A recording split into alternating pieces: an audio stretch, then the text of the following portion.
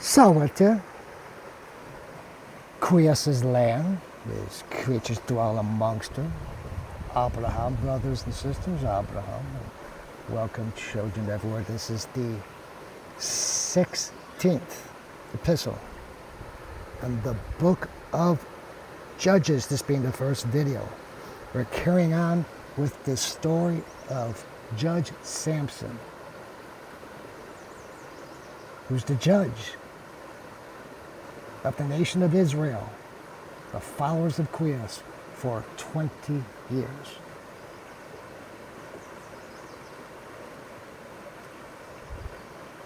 Left off with him killing 1,000 of these Philistines, as was prophesied, as was delivered by God. Being a Nazarene, he would begin the purge of the Philistines, of the life of the Israelites. So let's continue. He went also into Gaza. I'm sure most of you have heard of Gaza by now. And Gaza is on the coast. You can see the Philistines they're in the coastal plains. Salt Sea is over there, east of Hebron. There's the Great Sea, Gaza. So, traveling there to Gaza, he sees a woman there that was a harlot. Now again, we've used this term before, where it cannot be presumed that the harlot, being she was a prostitute, loose, as the most of the definitions apply. But the translations are difficult, and some words have various meanings, just like all languages do. So this, once again, means innkeeper. She was an innkeeper. So he sees this particular innkeeper in Gaza, and he goes up to her. Now, the Philistines heard about this. Oh yeah, they know all about Samson by now. And it was brooded among them. So lots of talk. Very quickly spread. Yeah, Samson's here. He's talking. He's got his eyes set on this woman, another Philistine woman. So that spread that he's entered the city, and so they compassed him. Keepers being set in the gate of the city there all the night, waiting with silence. So they're all around, and I'm sure he's aware of this, and they're waiting for him. That in the morning, that they might kill him as he's leaving Gaza. See how historic Gaza is? And for what mankind to be doing, what mankind's doing. First of all, we have mankind honoring this man-made religion in Gaza, which is just atrocious, first of all. And then we have mankind destroying them, those who reside in it. It just goes on and on with the nonsense of mankind. But Samson, he slept there until midnight.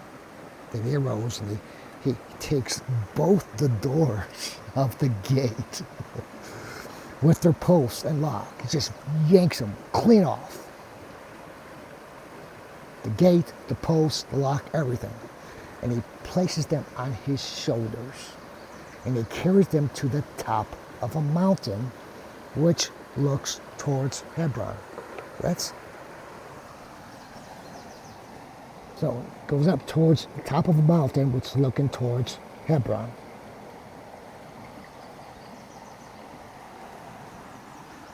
Now, in the 15th chapter of Judges, about the 15th chapter, if you can recall, St. Augustine tells us that because of such outrageous strength that this man possessed, the Philistines and other heathens actually believed Samson to be the mythical figure known as Hercules. However, Samson was far stronger. This was their conclusion. He was far stronger than they believed Hercules to be. For Hercules could not fight, let alone defeat, 2-on-1, two opponents. Samson, as we've learned, defeated 1,000 opponents by himself, no weapons except simply using the jawbone of an animal as his weapon. So yeah, they actually believed him to be Hercules. Let's continue on with what Samuel writes. Now after these things, he loved a woman, moving on, to another woman which dwelt in the valley called Sorec. So this is the third written about woman in Samson's life. Now, Sorec Valley is here. Pretty close on the lines of Dan and Judah, so the Dan tribe. So there's Sorec, there's Gaza, it's doing some traveling, you know. So this is where Dalila will be found. That's her name, Dalila. Or Dalila. Dalila. As I've said, Dalila becomes the third woman written about in the life of Judge Samson. Further, all three of these women were Philistines. Yep, that includes Dalila. She is also a Philistine. Not one of the women he courted was an Israeli. Why? Why? Even his parents mentioned this at the beginning. Certainly he wasn't intentionally defying the laws of Moses, especially being one of God's judges.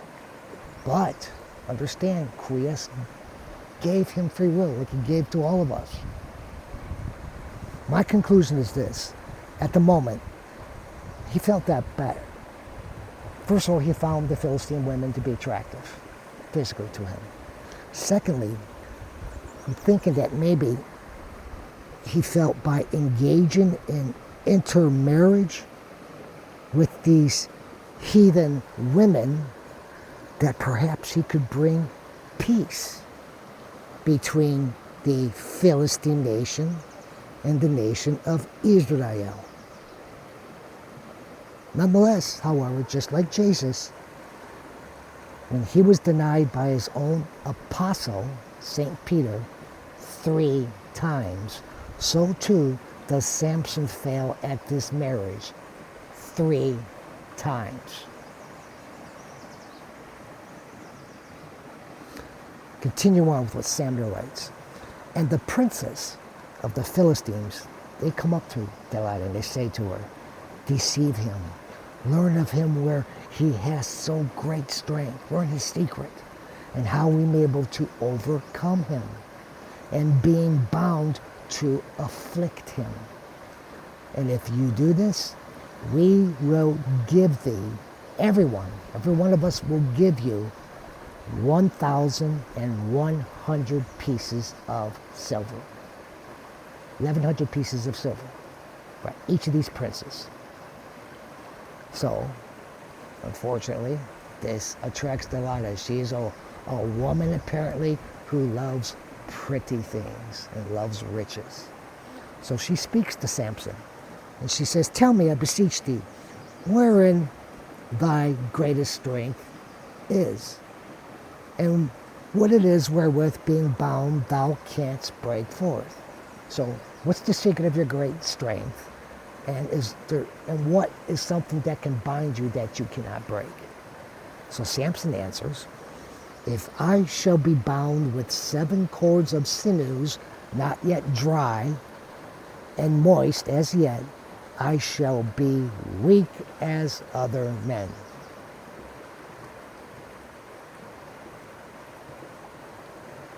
So, like a tendon, not yet quite dry. So, by the back of the leg. And the princes of the Philistines bring to her 7 cords, just as he had said, with which she binds him with these 7 sinews. Ambushments, were then placed in secret near her, where they were waiting, and in the chamber expecting the end of the thing. And she cries to him, "The Philistines are upon thee, Samson." So, very quickly, Samson breaks these bands, or nothing, as if a man should break a thread of tow twined with spittle when it hath taken the favor of fire. That's how quickly he snapped these things.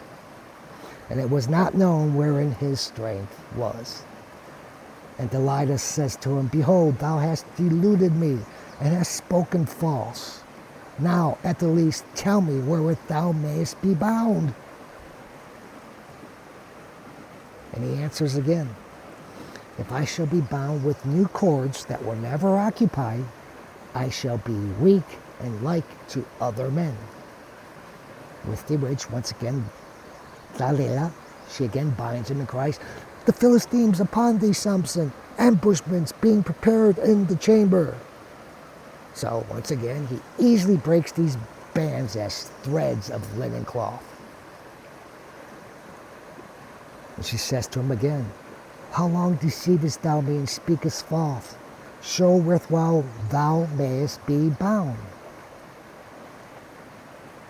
When we next meet, we'll see what Samson responds. Does he give her an answer, or does he deceive her, lie to her 3 times? Until then, think about this. Is it a sin that he is lying to this woman?